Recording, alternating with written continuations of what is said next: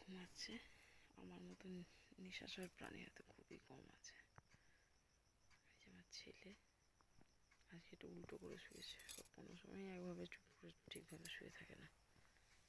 বালিশটা এখানে, মাথা দিয়ে যে ওখানে ছোট্ট করে একটু জিভ বেরিয়ে আছে। আর এলো পুটুর বাবা।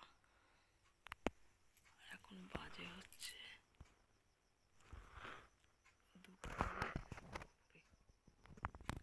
বোঝা যাচ্ছে না মশারির উপর দিয়ে। এখন পুরোপুরি রাতে 2টো বাজে।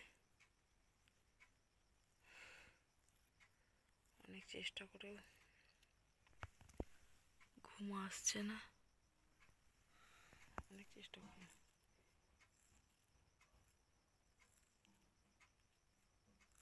শেষমেশ তো পুরো বাবা বললো ঘুমের ওষুধ খেতে। বাইরে কিসের আওয়াজ হচ্ছে? ক্যামেরাটা আমার দিকে ঘুরিয়ে নিয়ে আমার অবস্থাটা দেখলে তোমরা বুঝতে পারবে। যদি অন্ধকার না, আমি যেহেতু খাটের ভেতরে আছি মুখ বোঝা যাবে না। ক্যামেরাটা অন করে ঘুরিয়ে দেখলাম, বোঝা যাচ্ছে না। তো আজকে একটা মজার ঘটনা হয়েছে যে গত পরশু দিন আমার জন্মদিন ছিল, তোমরা সেটা জানোই। বাবা রাত 2টোর সময় কারবারের বাসন পড়ছে, কি ভুতুরে কাণ্ড। কিছুর আওয়াজ হলো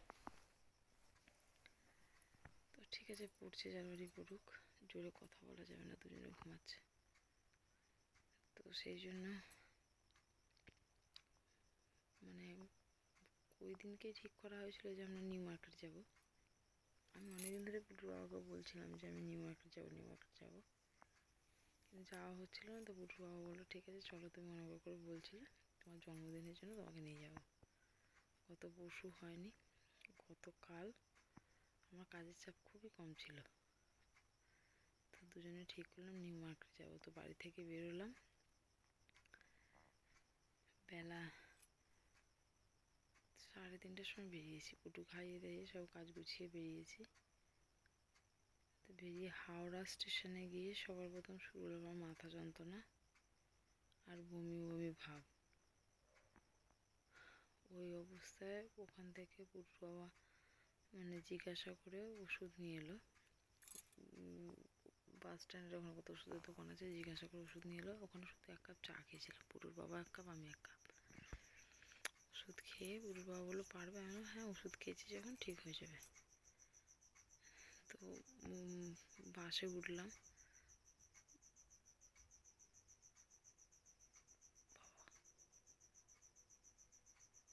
বাসে উঠে পুটুর বাবার কাঁধে মাথা দিয়ে চুপচাপ শুয়েছিলাম, কিন্তু শরীরটা আমার ঠিক দিচ্ছিল না, পারমিট করছিল না। মাঝ রাস্তায় বললো পুটুর বাবা যে চলো নেমে পড়ি, বাড়ি চলে যাই। আমি ভাবলাম ওর বাবাও অনেকদিন ধরে ইচ্ছা প্রকাশ করছিল। আমি জানি যে আমিও যেতে চাইছিলাম, ওর ইচ্ছা ছিল যাবার। ওই জন্য আর আমি কিছু বললাম না, ঠিক মুখ বুঝে পারবো। কিন্তু বিশ্বাস করো, যেখানে বাসে নামিয়ে দিল নিউ মার্কেটের কিছুটা আগে, ওখানে যখন হাঁটতে শুরু করলাম তখন আর আমার শরীর একদমই চলছে না। রাস্তার ওই পাশে নিউ মার্কেট, আমরা রাস্তার এই পাশে। পুটুর বাবা বললো তোমার যে অবস্থা চলো বাড়ি যাই। আমি বললাম হ্যাঁ ঠিক আছে চলো বাড়ি যাই। তাও একবার ওকে বললাম যে ঠিক আছে পারবো চলো। বললো না, ওপাশে আরও ভিড়, তুমি পারবে না, তোমার শরীর খারাপ হয়ে যাবে খুব বেশি। ওখান থেকে ট্যাক্সি ধরে বাসে উঠলে হয়তো আমি বাসেই বমি করতে আরম্ভ করে দিতাম। তো ওখান থেকে ট্যাক্সি ধরে আমি তো রীতিমতো শুয়ে এসেছি। হাওড়ায় এসেছি, হাওড়ায় এসে বমি করেছি, মুখে ঘাড়ে চোখে জল দিয়েছি। জল দিয়ে ট্রেনে বসার জায়গা পাইনি, কোনো রকমে বাড়ি এসেছি। বাড়ি এসে মনে হলো যেন প্রচণ্ড খিদে পেয়েছে, খাবো, কিন্তু খেতে খেতে দেখলাম বমি পাচ্ছে। তো খাবার কিছু খাইনি, শ্বাসকষ্ট হচ্ছিল। তো রুটি নিয়ে চলে এসেছিলাম, কালকে মাংস ছিল। পুটুর বাবা রুটি মাংস খেয়ে নিল, পুটু ভাত খেয়ে নিয়েছে। আমাকে বললো খাবার কথা, কিন্তু কিছুতেই খেতে পারলাম না। একবার পুটুর বাবা মুখে দিয়েছে আর বমি আসছে, আমি বললাম আমি খাবো না, দিয়ে আর আমি খাইনি।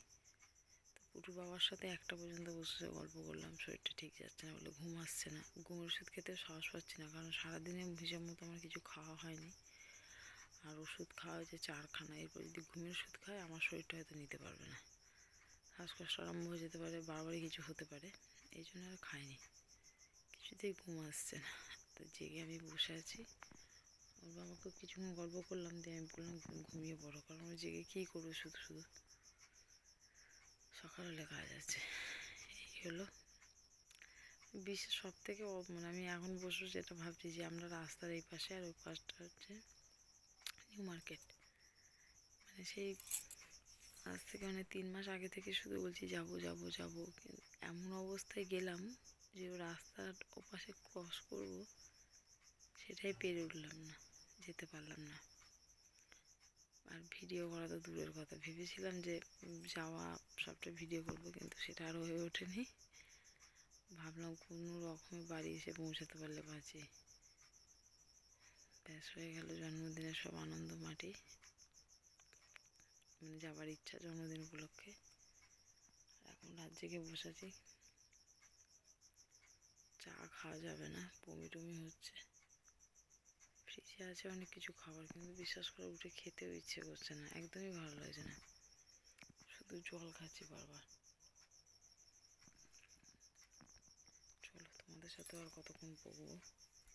এই হলো একটা ভালো এক্সপিরিয়েন্স, কলকাতায় গেলাম, খরচা করলাম, যেটুকুই খরচা করে যায় না কেন। পুটুর জামা কেনার ইচ্ছা ছিল, ওর জামাগুলো সবই শীতের সময় সব মূল্যবাজাতে পরিয়ে দেওয়া হয়েছে, ইচ্ছা ছিল। পুটুর বাবার প্যান্ট কেনার ইচ্ছা ছিল, আমার তো হলোই। এই হলো নিউ মার্কেট যাওয়ার এক্সপিরিয়েন্স আজকে।